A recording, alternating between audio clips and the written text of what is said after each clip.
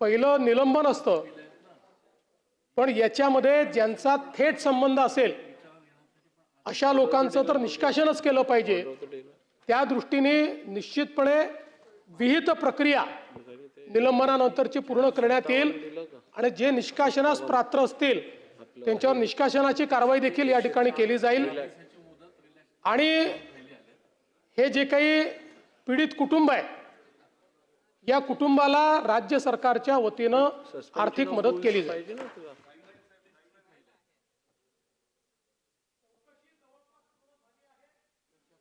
या संदर्भातली विभागीय चौकशी देखील 3 महिन्यात पूर्ण केली जाईल। ठीक आहे। प्रश्न क्रमांक 6।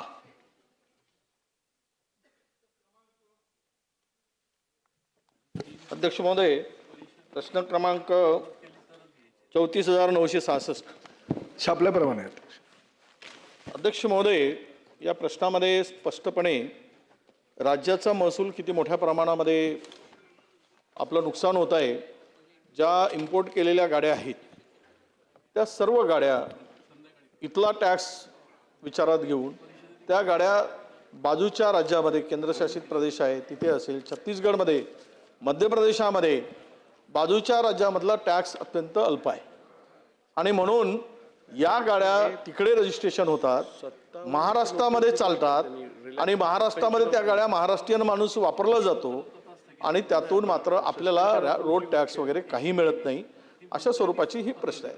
आता तुम्ही या प्रश्नाच्या उत्तरात मंत्री महोदयांनी सांगितलं की असं कुठेही झालेलं नाही किंवा हे खरं नाही, म्हणजे एक व दोन्ही खरे नाही।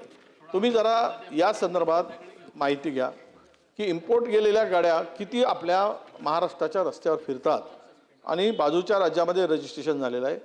अशा गाड्यांची माहिती जर काढली आपण, आपल्याकडे सगळ्या गोष्टी आहेत, म्हणजे स्पीड किती चालली त्याचं ते ट्रॅप होतं, त्याला आपण डायरेक्ट चालान देतो। ज्या पद्धतीनं मिसिंग लिंकमध्ये 80च्या वर स्पीड गेलं की ऑटोमॅटिक त्याला 3000ची चालान येते। अशा पद्धतीनं आपल्याकडे सगळे कॅमेरे लागलेले आहेत। या कॅमेऱ्यामधून या गाड्या ट्रॅप करून यावर आपण